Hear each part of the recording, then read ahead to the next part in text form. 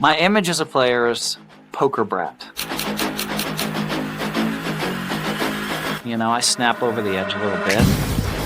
What the Well I done. the race with frickin' King 8. Well, this kid probably won't last another hour. It's just so sick.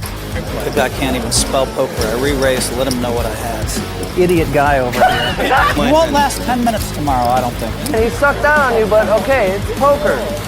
Poker. To you, it's poker, man. To me, this is my life.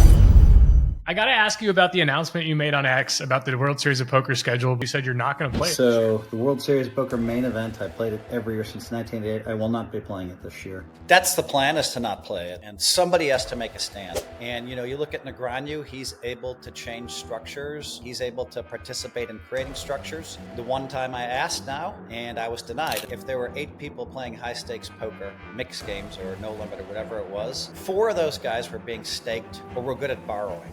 All right, so one of my favorite things about you is your outbursts at the table. Do you ever think that you've gone too far? Yes, all the time. Let's talk about some white magic. I will say this. What percentage of people in the poker world have great reads? Because I'm also known as kind of the tightest player. So when my reads aren't perfect, I survive a lot longer than everybody else just by patience. There's also the dangerous animal theory, which occurs to me, which I've never said out loud. I'm like a trapped bear, and I get that out, and I've been sitting there and I've been getting unlucky for hours, just waiting, watching everybody else just give their money away. If you never get caught bluffing, you're never bluffing enough. If you never get bluffed, you're calling too much. Like, it's all the same. But I took it to another level than that. I said to myself, I can actually fold aces before the flop because my reads were so good. I call it free chips. Welcome, everyone, to the first ever Chip Leader Coaching podcast. I'm Chance Kornuth, founder of Chip Leader Coaching. And today I'm joined by a very special guest, one of my favorite people, a man that needs no introduction, but I'm going to give him one anyway. He's arguably the GOAT. He has 17 World Series of Poker bracelets. He won the main event 36 years ago in 1989 and then won it again in Europe in 2012. My good friend, Phil Hellmuth. How you doing, Chance? I'm good, man. Thanks for joining me today. I got to ask you about the announcement you made on X about the World Series of Poker schedule, but more specifically the main event. And if I recall correctly, you said you're not going to play it this year. That's the plan, is to not play it. So people have been texting me privately because someone told me there's like many millions of dollars bet on whether I would play or not. Oh, wow. And once I caught on to that, I won't answer a text because I'll be like, I don't know. I'm not planning because I can't have people text me, then bet 50,000. I'm not going to play. Yeah. You said you weren't going to play. It's a negative free roll for me. So I'm like, I don't know what I'm going to do. But I can tell you this, the plan is to not play and somebody has to make a stand. Yeah. I mean, it's very simple, Chance. For those who don't know, like Phil's tweet said, he's not going to play it because instead of being a poker skill competition, it's become a endurance test, which isn't really fair. Like, I honestly think the way it's structured right now, no one over the age of 60 will ever win it again. Like, it's not just that. You probably lost too much money with ace king against aces, twice right. And I believe the first time I believe maybe fatigue might've been a factor there, but I also know that Brian Rass got tired. And after like 8 straight days, and he's one of our greatest. And and then something about like a king queen he played, which you and I know the hand, but the viewers probably don't. And then, and I wonder, Chrissy has great stamina, and I wonder if she weren't tired, if maybe she plays that hand differently. That's neither here nor there. Mm-hmm. I'm not calling her out anyway. I love her. I think she's fabulous and blah, blah, blah. But I'm saying it's become a contest of stamina. And when I put this tweet out, I've never had 1.3 million people read a tweet. Yeah, I mean, it was all the poker world could talk about for a while. 1.3 million views. Even when I did that great video from like 13 months ago, I'm a magic man, that had like 700,000. But this was like nothing I could have even expected. Mm-hmm. Now, and then everybody's putting words in my mouth. And that's to be expected. I knew, Phil, he's too old. He's this, that, whatever. I knew they'd put words in my mouth. I knew it's a very tough thing to make a stand. And, you look at Negreanu, he's able to change structures. He's able to participate in creating structures. The one time I asked now, and I was denied. And I told them in November, if you don't change it, and all I'm asking for is 1 day off instead of day 6 when there's only 100 players left. 1 day off. That's all I ask for. So you can play 1, have a few days off, 2, have a few days off. Then you play 3, 4, 5 consecutively. 1 day off. There might only be 100 players left that it affects by then. Yeah. They looked at it. They told me they were going to do it. And I told them, I'm going public. I'm not playing if you don't change this. And so then they didn't change it. And then when it came down to it, the World Series of Poker was very mad at me. Very mad at me. They've treated me with great respect and honor, and I love the World Series. And I understand them being mad, but it's become, so this is my theory, Chance, and you can agree or not agree. I think 30% of the world cannot win a contest of stamina. Okay. Now, if the World Series of Poker, if you have day 6 off, I think those 30% can then have a chance to win. So that's my argument. It's very simple mathematics. 30% cannot win a stamina contest against, then there's people like Sean Deeb who are ideally designed to play like 90 days in a row, 20-hour days, and he's somehow going to still come through. Yeah, I'm going to be like, I'm literally, if I tried to play 90, 20-hour days, I don't think I'd live. I mean, I would be like in the hospital after five of those 20-hour days. I need my 10 hours of sleep. And so everybody's different. I don't like the stamina. What say you? It's not just playing for 10 days straight. Like the main event specifically, the camera, the lights, the interviews, all of it is so much more grueling than a normal poker tournament, the pressure, whatever you want to add. So I agree with this one. I think it's a good take. Like I do think that there is a percentage, maybe it's 30, who knows, of people that just can't win that event because of the way it's structured. And I don't necessarily think that it's like, on one hand, is it like that's just how the event is, that's part of it, or is that just unfair to the people without the stamina? I'm not sure. That's not the way the event was designed. True. Yeah. It was a 4-day tournament, and it was different. I think we played 8 hours a day back then. And so I get it. So, I just asked for one thing, and I think it makes a lot of sense if you think about it. It doesn't affect that many people. And the people that are in there after day 5, so you have to spend 1 extra day. Who cares? For most of them now, you're talking about like $50,000, $100,000 payoffs. This is the beginning of day 6 we're talking about. So I thought it was a very reasonable thing on my part. I think between you and I, and this is in front of the whole world, I don't think I'm playing. They didn't make the change. I have to make a sacrifice to get them to make a change. And it sucks for me, but I'm the one who has to make that sacrifice. Yeah, I can see it. Moving on. I have a question that I've actually never heard anyone ask you. You have all the money. Oh, fuck. No, it's easy. You have all the money, all the records, and honestly, like nothing really to prove in poker. So like, why are you still playing WSOP? Why are you still playing poker in general? Yeah, WSOP that's where I thought, so I designed my life around the World Series of Poker.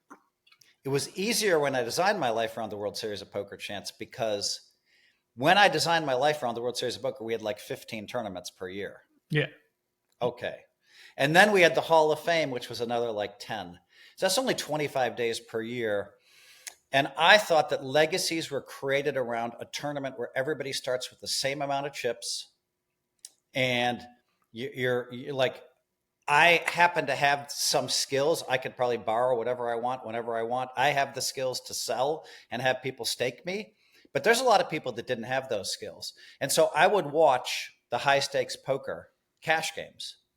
And I'd look in any given day, if there were 8 people playing high stakes poker, mixed games or no limit or whatever it was, 4 of those guys were being staked or were good at borrowing. And then you had Chip and Doyle who had money. That was my take. And so I'm like, you can't determine the best players in the world based on the cash games, because you might have somebody who went broke, deserves to be broke, but then he borrows $1 million goes through most of that, and then makes a sudden comeback. And so I always thought that tagging somebody based on their cash game skills as great had a lot of variables. So to me, the best way to determine the greatest poker player was to just do it in the same setting in a poker tournament where everybody starts with the same amount of chips. Yeah. I mean, I agree with that. I think one of the things that I really do enjoy about tournaments is anyone can play them at all times. And especially as the cash game landscape has become more and more private, it isn't really fair, and you can't really determine who the best player is in the non-open formats. Like, I didn't like that the 500K Invitational down in the Bahamas this year was like a bracelet event. It's like, it's an invitational. Like, it just didn't feel right to me, you know? Yeah, and and to expound a little bit on on becoming the greatest or working on being the greatest, then they add all these other tournaments. And I've been, as people punching up at me, oh, Phil can't do this. Oh, wait, that's my next question. But they know I won 30 times in a row playing in the mixed games over like 10 years. And then I finally lost twice, but I won 30 in a row. They know it's so easy. All you have to do is go back and look. The televised stuff from 2014 on, I won 23 out of 24 times on the television stuff. Now since 2021, it's been different. I was also the biggest winner in Rob's game. So Phil can't do this. I won 23 out of 24. Phil can't do this. I won 30 out of 30. Phil can't do this playing high rollers. And then Negreanu, when he was attacking me, was attacking my reputation and not me personally. It's like, oh, Phil's losing at high rollers. I texted him. I said, bro, I'm up 1.7 million in high rollers, right? And no reply. Why do you think? And no retraction. Why do you think some of the high stakes players or Negreanu kind of disrespect you in that way? Like, think that you can't beat the high stakes stuff? I get too much press. I get too much press, and so it must be annoying to be one of the great young players, right? And win a big tournament and then just have to read about Phil every day, right? And so there's a jealousy there for sure. Makes sense. The greatest players know how great I am, but then the second tier doesn't. So if you talk to the 10 greatest players, you talk to Phil Ivey, he knows how great I am. I know how great he is. You talk to 5 of the top players in the world. They know how great I am. I know how great they are. But then you talk to number 6 through 20, and they feel disrespected, and they don't understand what I do. And so but Chance and I get credit from the 99% of the people that are on the outside of the poker world think I'm the greatest. So I'm getting the credit, universal praise here. I'm getting it from the top, but then there's this kind of segment of poker that just doesn't understand. And they think because they watch me play heads up against somebody and I re-raised and I 5-bet it with deuce 9 13 times out of 14, and it worked 13 times out of 14. They don't understand that I'm actually not playing my hand. And so instead they're like, this is a bad hand to use in this spot because it doesn't play well. Fuck that, man. I just don't think the other guy has it. And I'm going to put enough money in there to make him fold. That's fucking street poker. And that's what I do. I'm from the streets, man. And so I trust my reads and I go with my reads. And so, I think it's easy to criticize and then Negreanu's little way as well. Phil's good at a segment of poker, but not this segment, but not that segment. Whatever, well, it's just Daniel, do you know I'm up 1.8 million in high rollers? Yeah. Will you ever say publicly? No. Do you know that I've been crushing the online games and the real world games for 10 years, winning in everything I do? I do got to throw in the needle that it went from 1.7 to 1.8 during the story. Yeah, I was thinking that I won one that I won one recently that I didn't account for. I was thinking about, but yeah, call it 1.7, whatever. I was just having fun. So you brought up, but I did adjust in my mind because I know that I won one at the studio last year. Yeah. So you brought up live tells and exploits, the 9 deuce off. I'm into the white magic. Let's talk about some white magic. I define it kind of as something that makes zero sense from a poker theory perspective, like 3-betting the 9 deuce off, right? I was lucky enough to find a spot with the 8-3 off twice deep in the main event on day 7. But like, it doesn't make sense from a theory perspective, but honestly, it just fucking works like more often than not.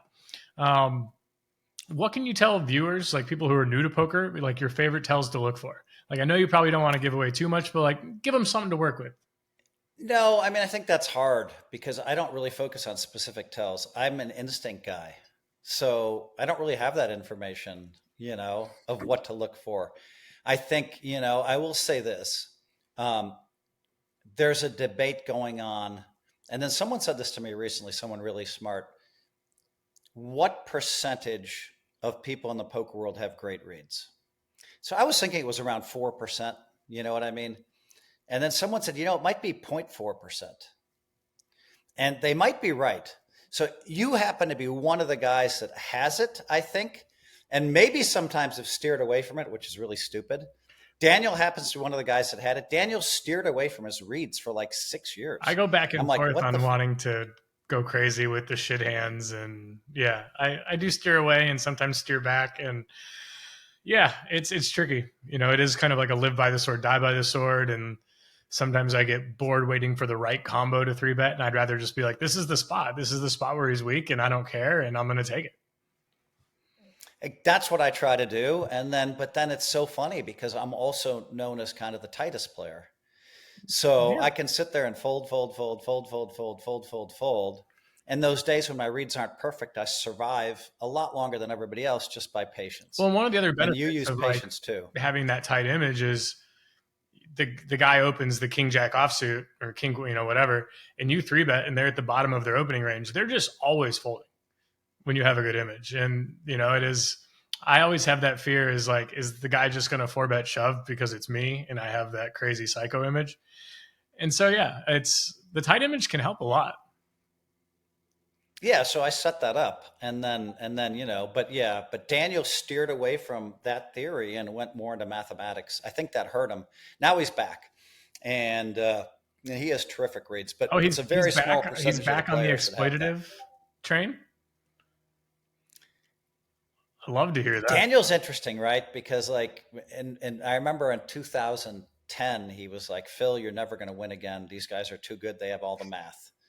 And then I won a bunch of bracelets and I won a bunch more and I won a bunch more, and him coming up to me and saying, what you're doing is wrong, bro. And I'm just like, what the fuck? I just, and then I win another bracelet, another bracelet. And I'm like, man.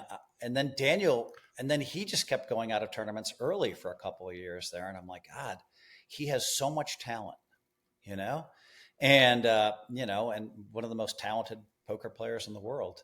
And I think he got away from some of those crazy theories from 8, 9, 10, but then he went into the next rabbit hole and the next rabbit hole. And now I think he's more back towards exploiting. Yeah. Mm-hmm. All right. So unless you have anything else to add, I have a next question prepared. I'll say this. It's interesting, the online stuff. I was told by this whole group of people when Daniel was playing Doug, heads up, that Phil will lay you 4-1.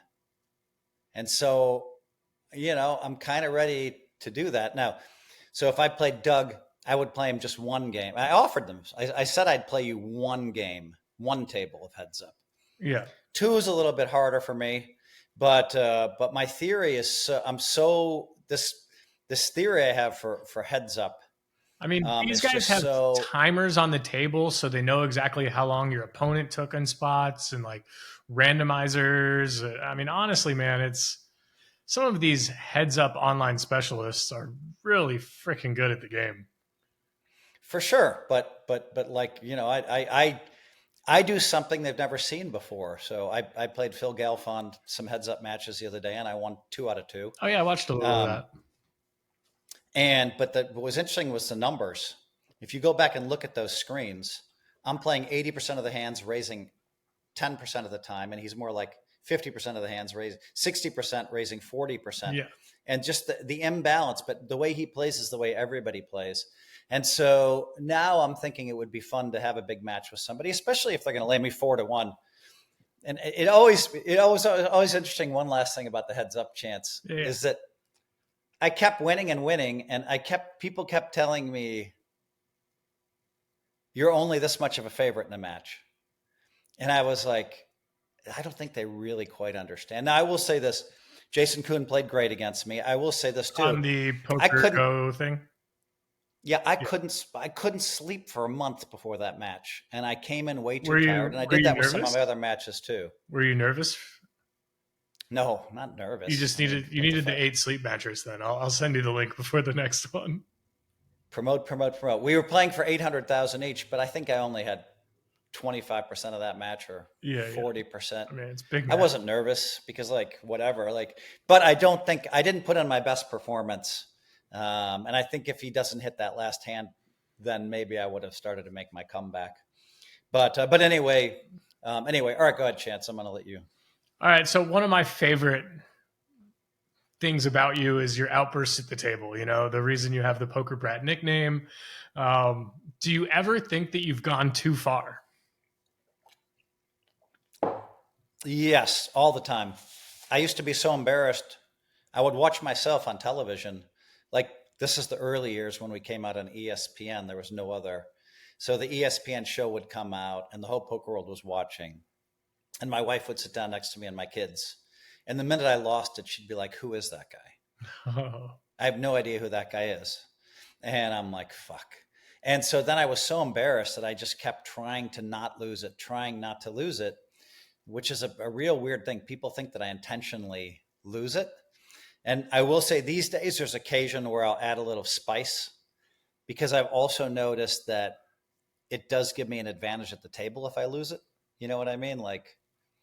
But I try not to, and I'm happy not to. And I probably won a bunch of bracelets where I didn't lose it. So yeah, it's embarrassing. I also, which one jumps out the most in your mind? Which one do you think? You probably think I said the one where I'd burn the place down. Yeah, exactly. If I didn't win. But of course, what I said was I'm going to tell a joke I shouldn't tell. And then everybody said, oh, don't say it. That's what you said. Then I say, if I don't win this, I'm going to burn the place down. I introduced it as a joke. Wow, I had no idea. Yeah, no shit. Nobody does. So then everybody's like, oh, Phil's a maniac. Now, I did later, after I introduced it as a joke, say it, a couple of times. If I don't win this, I'm going to burn the place down. But I'd already introduced it as a joke. Oh, man. And so I'm like, what the fuck? Well, you ruined it. And so at that point, two things are interesting. One, Doug Polk, who I call Fake News Doug. I like Doug. I call him like the National Enquirer of poker. Yeah, he's right. He will take the worst possible thing, try to get clicks. I think he's dumb in the sense that he could have been a big leader in poker and had everybody's respect, and instead chose to use all his capital on trying to get clicks and attacking innocent people. You know. Yeah, I think a lot of innocent people have been hurt by what he said, and he knows he's wrong, but has never even issued an apology. Yeah, and so of course. Doug Polk takes this and makes it seem like the guy that editor lives in his basement. Some guy I don't. I think he's a smart businessman, but I don't agree in the manner in which he does it. Yeah, why don't you just lead with an honor and integrity when it comes to the media? And so, but he chose a different direction. So that came out, and then I thought, wow, my sponsors are going to be mad because I was going to be signing like a $2 million a year deal or something, and my sponsors called me and said, "We fucking love it." And I'm like, okay, because they bought into the Poker Brat. Anyone that sponsors you knows what they signed up for. They want the outburst. Right? They're like, they want we love the it. Memeability. They want it all. Yeah, and so I was like, oh my god, this is really because the way Doug spun it, no one saw the actual clip. Everybody saw what Doug put up, and I'm like, and of course I explained to my sponsors, of course, go look at the real tape, where you see I introduced this as a joke. But that's, so do I regret that? No, I don't regret that. There's probably times that I do regret. Do I regret the outcome of that? Yeah, but do I deserve that level of outcome when someone shows half of a clip? No. There's probably other times where I feel like I just went a little bit too far against somebody. And then Chance, you know this, you're at the table. Everybody's so happy when I start berating them. They all start giggling and laughing and texting. I finally got berated. I finally arrived. I love it. I remember we were playing some 50K WSOP, no limit. And you defend the big blind. I raise the jack 8 of clubs from the cutoff or something. And it comes King 4-4 rainbow, 1 club. you check call, turn club, check call, river club, and you check call again. And I left you like a big blind or two.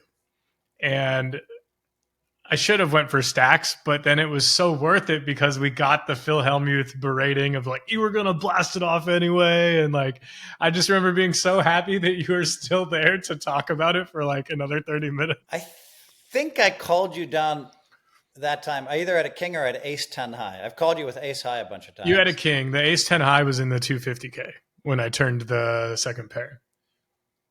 Yeah. But you really haven't gotten what you deserve against me yet. But you will. Everybody does. No, They all get it eventually. I got your And number. it's going to be one of those ones where you go a little bit crazy, and you're gonna end up, and I'm gonna be right there with the call button waiting for you. I think It's gonna happen. I think I'm going to continue to get the best of you. I'm very optimistic. You're gonna just continue to hit club every time. Mhm. So in other words, you think you're gonna play 70% of the hands. I'm gonna play 8%, and you're just gonna keep winning. Mhm. I'm glad, but those are the guys that I end up really beating for a lot of money. But it takes a while. Well, hopefully it takes too long and you don't get me. Yeah, actually, when I beat you a couple of really big pots, then your respect's going to go up for me more, because when someone gets away with something all the time, they oftentimes don't understand that they're lucky, you know. Okay. So once you and I are in some tournaments and reality hits 3 or 4 times, like when I slow play aces and you go crazy with 9-8, and and it comes 4-3 deuce. No, it comes 5-3 deuce, and then a 7 where you feel like you have to go for it, and then you might even value bet the 9 or the 8 on the river. I would value bet On the top 9 or of the it. 100%. Yeah, and yeah. and I'm going to win a big pot, and you're going to say fuck. Maybe, probably not, but maybe. So, we talked about your blowups. You're one of the few in the world. Alex Foxen got away with it against me for a long time. Then I finally smashed him some really big pots. Then you finally 3-bet called the 4-bet shove with queen 4 offsuit and beat 9s. Ha ha ha. There was a hand where I had kings and it came king 4-4 though. Oh yeah, he probably tried to represent the 4. By the way, Alex Foxen's a great player, but he got away. But he's a guy that plays like you play, and eventually my little 8%. Well, I even tone it down against wild men like you. So the prevalent theory in the 90s was when you played against a maniac, you give him 0 action, and that was a great theory for the great players. But then in the 2000s, your generation came along and said, if this guy's going to give me all this action, then I'm going to step up my play in a few more hands and try to take advantage of it, which gives that player a chance which gives the crazy player a chance to get lucky. Yeah, I mean, I think and of I'm it like, as all right, I'm taking all luck out of it. I think of like the air on air matchup, and when it's 2 people battling without good hands, like that's actually my favorite part of poker. Like I love trying to win that air on air matchup, like shorthanded. You're great at it. 3 tables left of 6, or 3 tables left of 7. You're finally getting shorthanded, or on that final table bubble. Like that's the time to shine, man. That's my favorite. You're great at it. So's Foxen. Thank you. So most pros are very stoic. You obviously have the opposite approach. Which one do you think's better and why? I don't know if you can label anything better. It's just different, right? Fair. What do you think the pros and cons of each are? Do you think there's any benefits of being like emotionally, like to show your emotions at the table? For sure. For me, for sure. Yeah. I mean, like if I'm going to be really frustrated, why not show my frustration? It also has an effect on the rest of the table. When I'm like, I can't, it's like people want to stay away from me, because they're like, oh, Phil's really upset, and he really does have the best hand all the time. And so I've kind of just delivered that message. Yeah. And so, rather than tilt, I'm getting rid of that kind of emotion. And so I would say that anybody that's stoic that tilts should have a little bit more emotion in their game. But anybody that's too emotional that doesn't tilt could probably tend a little bit more towards being stoic. Yeah. One benefit I could think of is if you're outwardly upset and people think you're tilted, well, you can't really try to bluff it off because you know that they know that you're tilted. So, and maybe if you get a good hand, they're more likely to pay you, right? So I could definitely see that being a benefit. Like that crossed my mind when I was writing these questions. There's also the dangerous animal theory, which occurs to me, which I've never said out loud, but I'm like a trapped bear, and I get that on, and I've been sitting there and I've been getting unlucky for hours, just waiting, watching everybody else just give their money away. I mean, literally give their money away. And then some people playing good, but a lot giving it away, even the great players making mistakes. And I'm just sitting there with the patience of a saint. And then I get really unlucky. And then I'm like, God damn it. And so I have an outburst, which partly has to do with that hand, but partly has to do with the fact that like things haven't necessarily been fair at the table for that stretch hand-wise. Not complaining about overall fairness. I'm rich, I'm famous, I have everything. But at the table, sometimes you feel like you deserved better, right? Deserves a bad word, because I feel like I've been given near the top of the top. It's funny you say that, because like whenever, if I win something and the next day you're like, one of your friends is like, oh man, you deserved that, congrats. And I'm like, I always am just been under the impression that like no one deserves anything in poker. That's just always how I've felt. I also do occasionally complain to the wife about running bad. Not very often, but yeah, in general, I feel the exact same way about the word deserve. Yeah. And so you can't use the word deserve. You don't want to use it publicly. You don't really want to invoke that, but you feel like I just played 5 hours of great poker, watched everybody else make mistakes, every single player make mistakes, some tons of mistakes. And yet I'm still down to 70% of my stack or 50% of my stack in a deep tournament, let's say. And then I take a bad beat, right? And one that doesn't make sense to me. Did they not notice I didn't put any chips in for 2 hours? They just decided they were going to play king jack. Of course I have fucking ace king, right? And of course it comes a king on the flop. And if when they hit the jack, I slow down. It's like I even know they have it, and I even lose the minimum when they hit their perfect card. But then I start ranting. But at that point, there's the trapped. I'm the bear, and people suddenly realize that I'm the bear, What? And I'm a trapped animal. And so I'm very dangerous those next few hands. And so someone like you might be like, oh, Phil's going to tilt. I'm going to put him in with king, queen. Most people are like, I want to stay out of his way because he's liable to just go fucking crazy. And I'm going to fold king, queen. If you're a trapped bear, can you assign an animal for me? You come up with your own animal chance. All right. But you're a bear. Like, you're a bear too. I mean, don't poke the bear. It's like when I'm playing in my home game and they beat me and they start teasing me about poker. That's like, my uncle like loves making fun of me, or used to. We were playing, and we'd play with our family on Thanksgiving and summer. So like we'd save up our quarters, nickels, and dimes for 6 months. And we're playing one Thanksgiving up in Wisconsin with grandma and my dad's side of the family. And I didn't win a pot all night. And we finally are doing like $5, basically you get dealt a hand and it's just like a flip. And I flip over my hand and I won and I'm so excited and I finally won a pot. And my uncle slow rolled me. And keep in mind, I'm like 8 or 9 years old and I'm crying and shit. And I'm in the bathroom and I'm like, my own family. And my uncle's just drunker than a skunk. It's probably like 1 a.m. and he's like, my own family. And he's making fun of me and shit. And so like fast forward, 15, 18 years and I like win my first bracelet and they still needled me. They're like, the only reason you're good at poker now is because we made fun of you when you were little. That's great. Mm-hmm. All right, I got another question for us. So in my experience, people play differently against big names. So like for me, it's kind of like 2 camps. One camp is they just try to avoid you.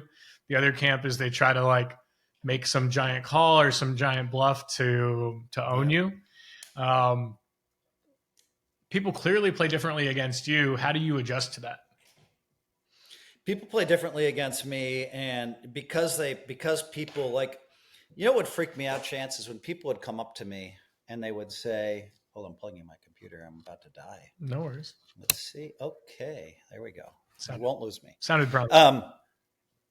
People come up to me and they would say to me in '07 and '08 and '09, I get to tell my grandkids I played a pot against you. I'm like, what the fuck? Like, I just felt like a normal person. What do you mean I get to, tell my grandkids? I wasn't really connected with who they set me up to be, who they placed me to be. You know what I mean? And so I'd be like a little uncomfortable, but okay, great. And I kept hearing that. And so I deal with different opponents. I deal with different stuff than any other player. There's no one, they play differently against me than they do everybody else. Now that extends to a point, but then the pros, it's different. So now when I'm playing mixed games and the mixed game tournaments all summer, the 5Ks, the 10Ks, they don't see me. They're like, okay, they know that Phil's tight and they'll make an adjustment just because I'm tight, but they're not trying to beat me. They're not trying to do anything crazy. Whereas when I'm playing no limit hold'em tournaments with amateurs, they're trying more crazy things on me. They're trying, it feels like to me, I get a little bit of a different treatment. It's only when, we're deeper in the tournament and they see how tight I play that they're like, you know what, maybe it's not playing 8-9 suited for a double against Phil because, now I have a chance to cash. Because he might just have the tens. Yeah. But so there is an adjustment eventually. The early stages is when it is the craziest. Because I remember it was like 2 or 3 summers ago and I had like a pretty hot start. And then for like 2 weeks straight, like I couldn't get out of day one. Like none of my bluffs were working. Then we're playing the 3K 6 max PLO and I get all in versus a guy for like a lot of big blinds. And he has like 12% on the flop, which is, for those of you who know PLO, Palom and Omaha, it's hard to have 12%. You have to have a real shit hand. And I double up and the guy turns around, looks at the reporter next to him and goes, well, at least I made the blog. And I was like, wow, maybe that's why people are calling on my bluffs and shit, because they want to like have a hand where they beat me. And it like really never crossed my mind. It was like, it was like a light bulb moment for me. Yeah. And as your fame grows in poker, as you win a lot of stuff, then people even more so, you're a name, you have a coaching site, you have all this stuff and then people, they know you. Yeah, makes sense. And as you become known, they throw different things at you. Yeah. All right. I got a few fun rapid fire questions for you. And then one more tailing question at the end. What is your most painful bad beat in poker? Probably from the 2001 World Series of Poker. What was it? So I had 2 red 9s actually. And Phil Gordon, every time I raised a pot, he just moved in. To me, that was horrendous poker. You don't just move in every time somebody raises a pot, but he was like, but this was going on for hours. And so finally I had 2 9s on the button and and I raised it and I'm pretty sure I'm going with it. But then when I saw the way he acted also, I had a good read on him. So we snapped in a ton of chips and I snapped it in with 2 red 9s and he had 2 6s and he hit a 6. And I just remember, this was the year Carlos Mortensen won it. And I was putting up with Phil Gordon. He was an amateur, not even a good amateur at that point. And, he'd already given me a bunch of chips the day before when I called him down with 3rd pair for a big bet. And so I was just kind of waiting for him to get out of the way. Give me your money. Yeah, you can move in on me, which is going to make me then play instead of 20% of the hands, I'll start playing 8% of the hands. And you'll still move in. Fine, you're eventually going to run into it. And he did. And that hurt. And it didn't bust me, but it took me low on chips. And probably one of the second most painful beats was also that day when Carlos Mortensen, I limped in with queen 10. It came queen. I want to get the pot right here. Came queen 9. That's it. Queen 9-4, 2 spades. And he check raised me, and I thought he has queen jack. and I'm going to move in with queen 10 and I'm going to win it because he knows I could never have queen 10. And I move in and the dealer says count or call, but I thought she said call. Dealer says call. And I flip my hand face up. And I cover it quickly as I realize, now Carlos claims he never saw my hand. He studied for 2 more minutes, but it also took my flow out. Like I had this whole plan of, okay, I'm all in. Carlos, don't put a bad beat on me. I was going to do all this talking. Yeah. And so not only did I expose the card and one of the biggest moments of my life, but it also threw the flow off. And so I think I ended up finishing 5th in that tournament. And it just felt like that was a main event that I was supposed to win. Carlos is a great player, obviously can't take anything away from him, but I guess that's kind of maybe the worst sequence. Yeah. And I don't remember a time my entire life ever flipping up my hand early. Yeah, that's brutal. A dealer got me once in a funny spot. Final table of a 1K PLO. And I have like 2, 3, 4, 5 or something. And it comes ace, queen, 4. So I have like a wrap in a pair. And I like check raise bet against Doc Sands. And on the river he calls and I have nothing, but I'm far away from him at the table. And I just flip over my hand really proudly in hopes that maybe he'll muck. And he's sitting there thinking and he takes his cards and he's just like, and he just like has clearly misread my hand and he's getting ready to muck his, even though I have bottom pair in PLO. And the dealer goes, pair of 4s. And I was just so upset that the dealer, who's not supposed to announce it unless the player asks, right? Because the cards are supposed to speak for themselves, basically told him what I had. And that's like one of the most memorable dealer mistakes for me.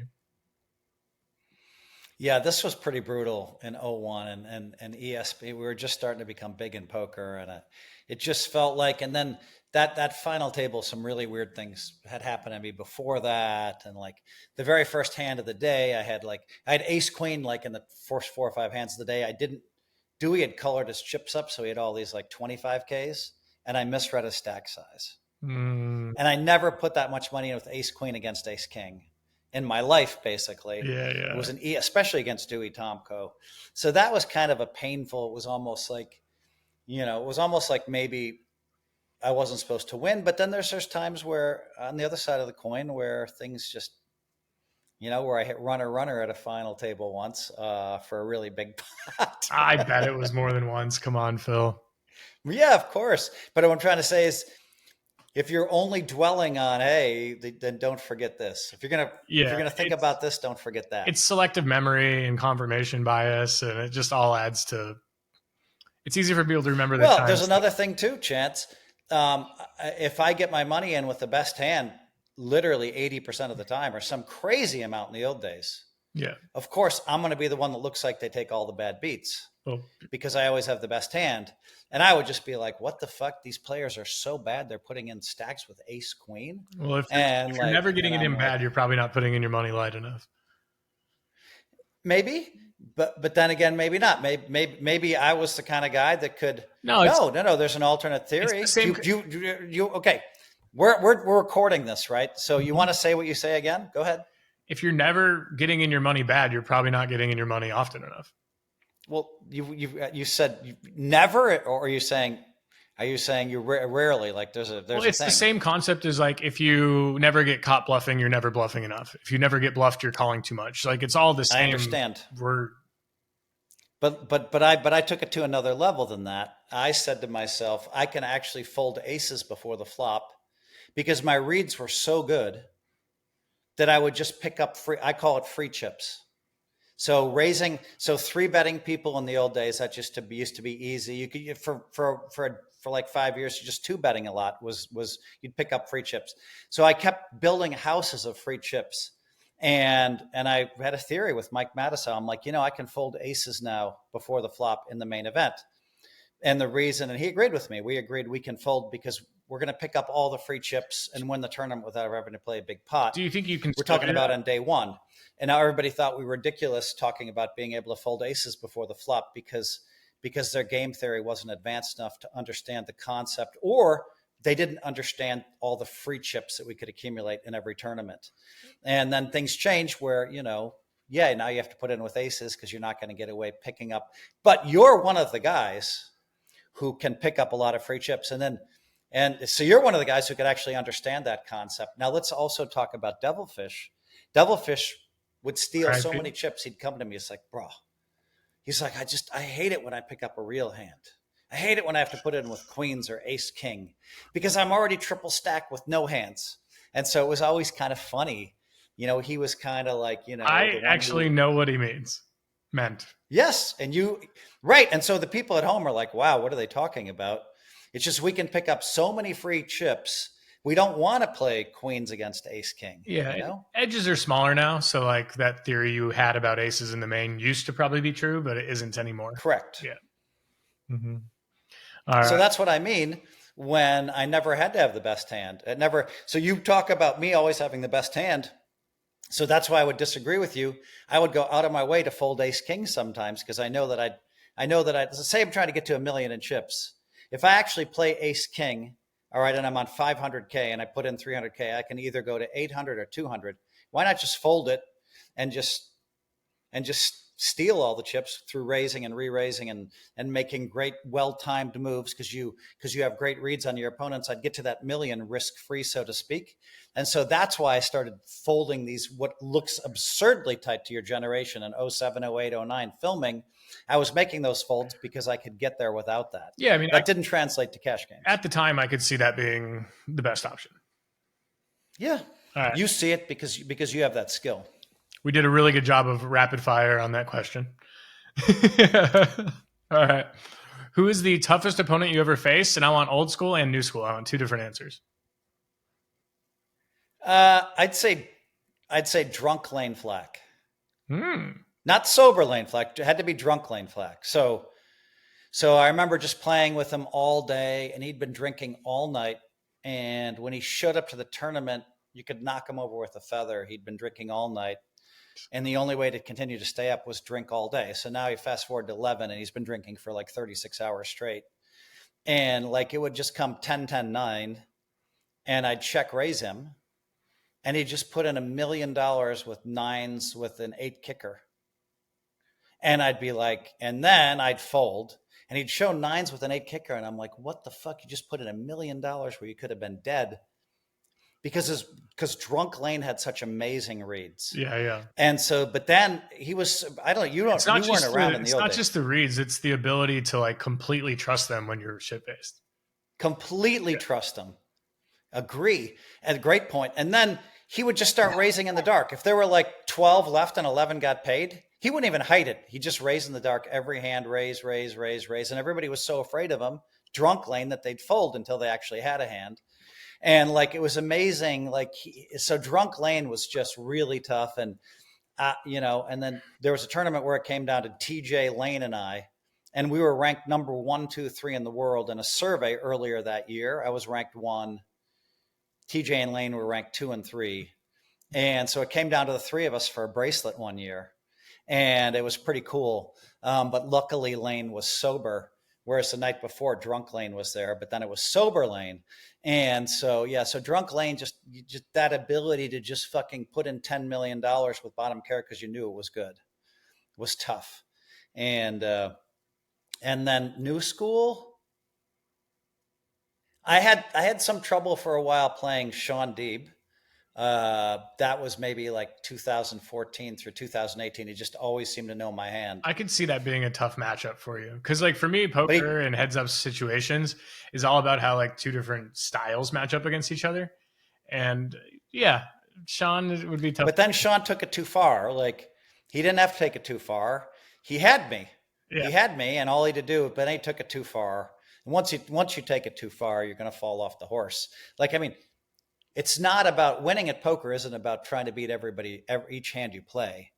You know, winning in poker is knowing when to surrender and when to let your edge live on.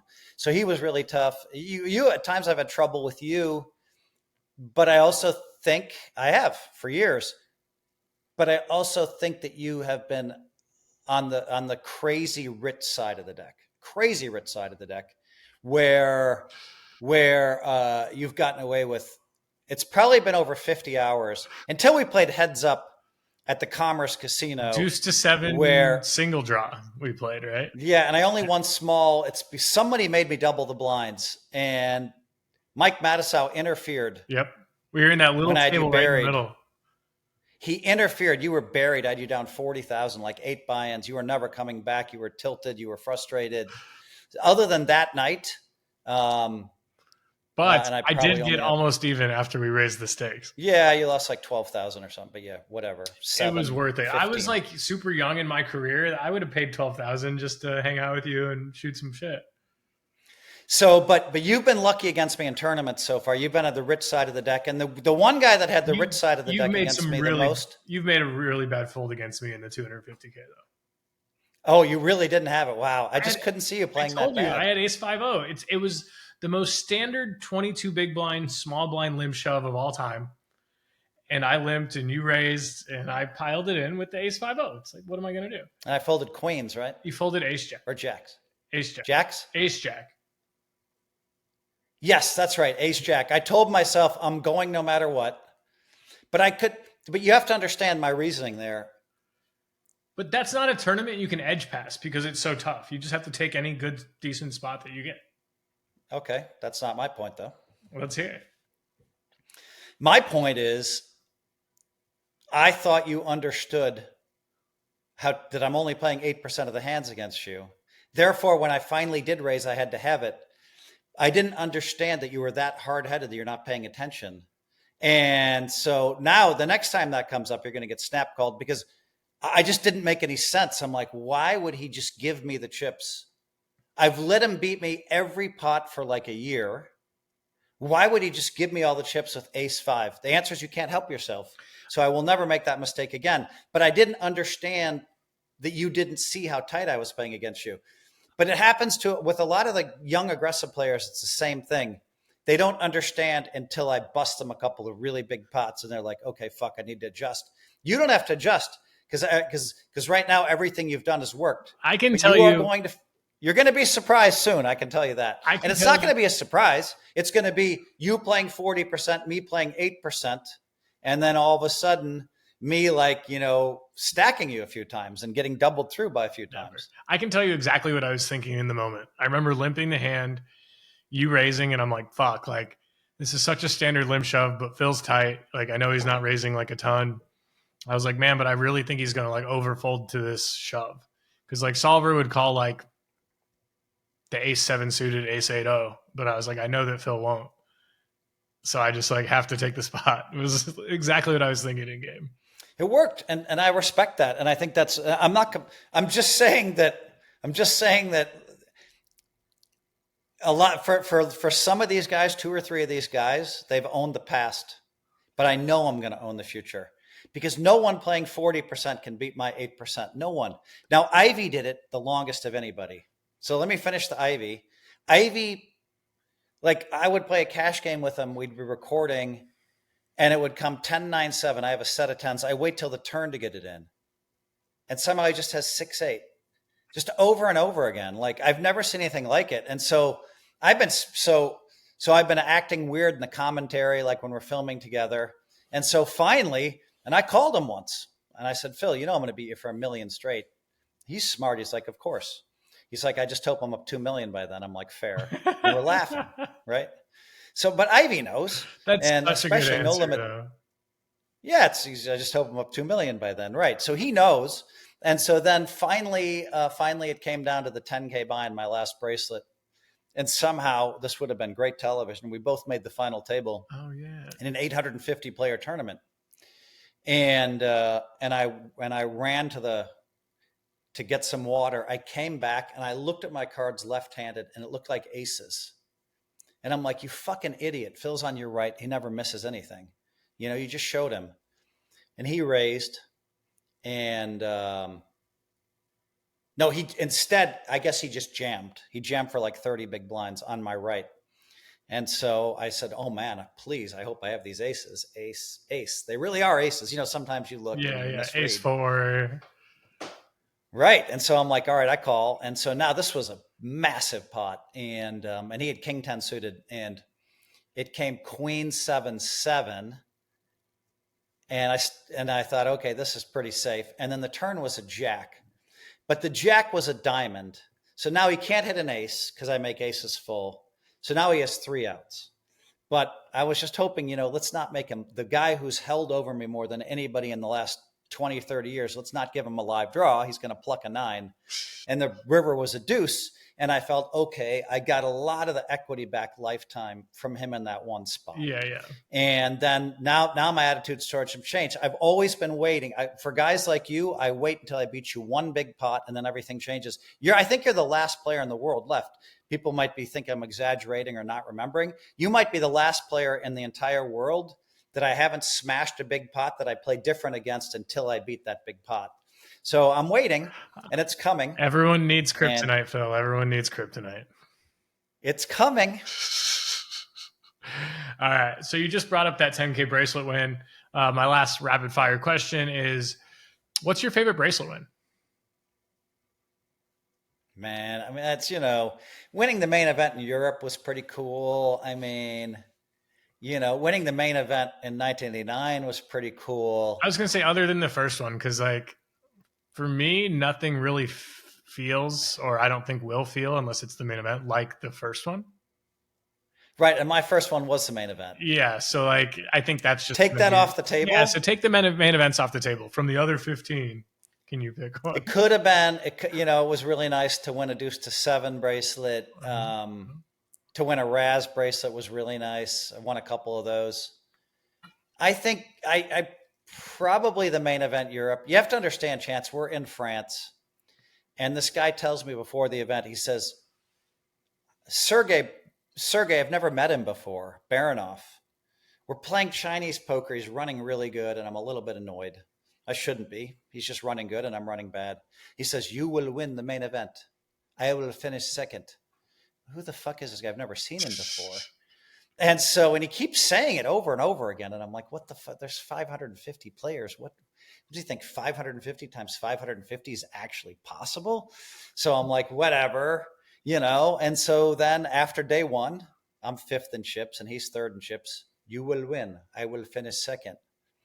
And then I'm like, well, okay. I mean, now there's 300 each left or 4. It's still a lot of players left. Yeah. Next day, same thing. Day 4, he comes up to me and now we're like 2nd and 3rd in chips or something. And he's like, you will win. I will. And I'm just like, what the fuck is going on here? And I'm just like, am I living in an alternate reality? Well, no one has ever come up to me and told me you're going to win a tournament. It's rare that they say you're going to win a tournament because, they might say, hey, I think you'll win a bracelet. And it's even rarer to say they'll finish second. So now we get to the last 6, right? And we're playing, and then they stop it because they want to put it live on global television. So that's pretty cool. Very, yeah. 2012. That's a good story. Phil, come back in 4 hours. What an edge for me. Yeah. For someone who needs rest. I went up and I slept the entire 4 hours. Now I come back and somehow incredibly it comes down to him and me heads up. Yeah. And I hadn't made any deals and I'm like, I'm not even worried. Yeah. I'm like, of course I'm going to win. He told me this, like, he can't win. It's impossible. Did you tell him that? Because like, hey, just so you know, you already. No, but he said he wanted to make a save. And I was like, oh, fuck. I guess he can't beat me. But wait, you made a save with the guy who couldn't win? Yeah, I made a small save. Oh, I mean, I'm like, it won't affect anything. Let's save obviously, like 100,000 or something, Do you know, it seemed only fair since he put the idea in my head I was going to win it. He hijacked the sim for you. He put it in the universe. Yeah. He hijacked the sim, bro. And so then I end up winning that. And that was nice because, it was a main event. It was in Europe. It was €1 million. It was live on global television. And there was that weirdness. I heard that Sergey died a few years ago, which sorry to hear that. But he went kind of from someone no one knew to then playing high stakes poker in Bobby's room every day and beating those guys. Wow, that's wild. That's a good story. I like that one. It reminds me of kind of a crazy thing from this summer where I'm playing day 2 of the flip and go, and I have like 4x average on day 2, and it's only a 2-day tournament. And my little brother texts me, and he's literally never texted me anything like this except for this one time. he's like, hey, I had a dream last night that you won a World Series of Poker bracelet today. And I was like, interesting. And then I won it. And it was just like the weirdest thing how stuff like that works out. Bro, those weird things happen in life. And I don't really understand them. Okay. So I think we are obviously in a simulation. Have you heard of this at all? Of course I've heard this. I've been with Elon Musk when he's talking about how we live in a simulation. Okay. So do you think we are? I don't know. I mean, my wife at first is like, I don't believe Elon. He sounds a little crazy to me. Then 4 years later, my wife's like, yeah, we might be in a simulation. She's very reasonable. I think we just have to be, man. Bro, in 1993, I have this vision. I'm going to win 24 bracelets. Like, I'm at 17 now. That's why you're still playing. You have to get to 24. Well, I want to be the greatest poker player of all time. That's my number one goal. If I happen to make $1 billion, that's okay. But I don't really, for me, and I have friends that are worth 30 billion and 10 billion and 300 billion. And I'm not sure that it really matters that much to the way I would live my life. I'm not moving from this place. I love this house. It's amazing. What am I going to do? And so I kind of, and I've game principled out what it looks like, what I'll do with 100 million, what I'll do with 300 million, what I'll do with these numbers when they hit in cash, not just on paper. It doesn't change much. And so I'm not really trying that hard. And yet I find myself a little bit too busy all the time. But to come back to the simulation thing, yeah, my number one goal is to become the greatest poker player of all time. And my number two goal is I have this book called Positivity, and it's 8 life tips. And I hope that the world's still reading this book 100 years from now because it's filled with truth. All right, I'll make you. And I've changed a lot of people's lives with that book. I'll read it just because you came on the podcast for me. I'm aware of it, but I haven't read it. But I like the idea of it. Takes 70 minutes to read. Oh, right up my alley. Perfect. Yeah. It's a very simple read. It's basically just, some goal setting stuff and some how to think about achieving great things stuff, I like that. I read these like big businessy books and I'm like 10 pages in a night and I'm like, I just can't take anymore right now. But then I read Doyle's autobiography or biography, one of the two. And man, the stories are just like captivating. I can read like 50 pages at a clip. So it's just so different. All right, last question. Like I said, I really appreciate you making the time. I bet a lot of the people watching this are like the young, aspiring poker players. If you could give them a piece of advice, what would it be if they're trying to make it in this game? I mean, the number one piece of advice I give to all young poker players is money management. And the difference is, and then patience. Like, I don't think like poker's, I don't want to say it's easy. Because Mike Madison, I'll call him and I'll say we'll say poker's easy, but you know what I mean? It's not easy, but when you play with great patience and you don't make this mistake and that mistake and this mistake and that mistake, and this is, and you manage your money well, and then it seems like sometimes it feels like poker is easy, but you have to be careful when you say that because then you'll get slapped in the face. And so I don't want to get slapped in the face. I think poker has a way of humbling us. Yeah. So, I mean, that's why we're very careful if we say poker is easy, but I'm going to say poker's easier if you have great patience. But even above that, even above the extreme patience, which you can beat most 1-3 games the rest of your life if you're extremely patient. Even above that, money management. And so, and we've seen it, Chance. I've seen it for a lot longer than you have. A player People with go broke. Ability, a player of 99% ability and 5% money management. They have 2 million, they have nothing. They have 3 million, they have nothing. Yeah. They're $1 million in debt. They get out. They get loaned because everybody knows they have the 99% talent. Mm-hmm. Okay. So that's what it's like. Then you can have somebody with 80% talent, but 100% money management. Their life is so much easier. They pay their bills on time. Which is a huge thing, paying your bills on time, having money to pay your bills, not worrying about losing all of your money at any given time, just kind of stacking up money, playing in the right games, playing the right days, taking care of all of the small things. So money management is so massive. And Chance, there are some people, let's go back 4 years because I don't want to rat anybody out. 4 years ago, you look at who's playing in Bobby's room, and say it's 8 people and 4 of them are broke, playing the biggest game in the world. Yeah. And 4 of them are worth negative. And so that's not can you imagine playing 2,000, 4,000 and then having your girlfriend worry about like you paying your bills for the next 3 months? Yeah, man, it's crazy. It's really crazy. So money management. I like that. Good answer. All right. Well, thank you, brother. Really appreciate it. This time snacks on break at the WSOP are on me. And have a great night. Thanks, brother. Thanks, Chance. I'm going to take you up on that. Get me some sushi at the World Series, my man. No, boo. It's a date.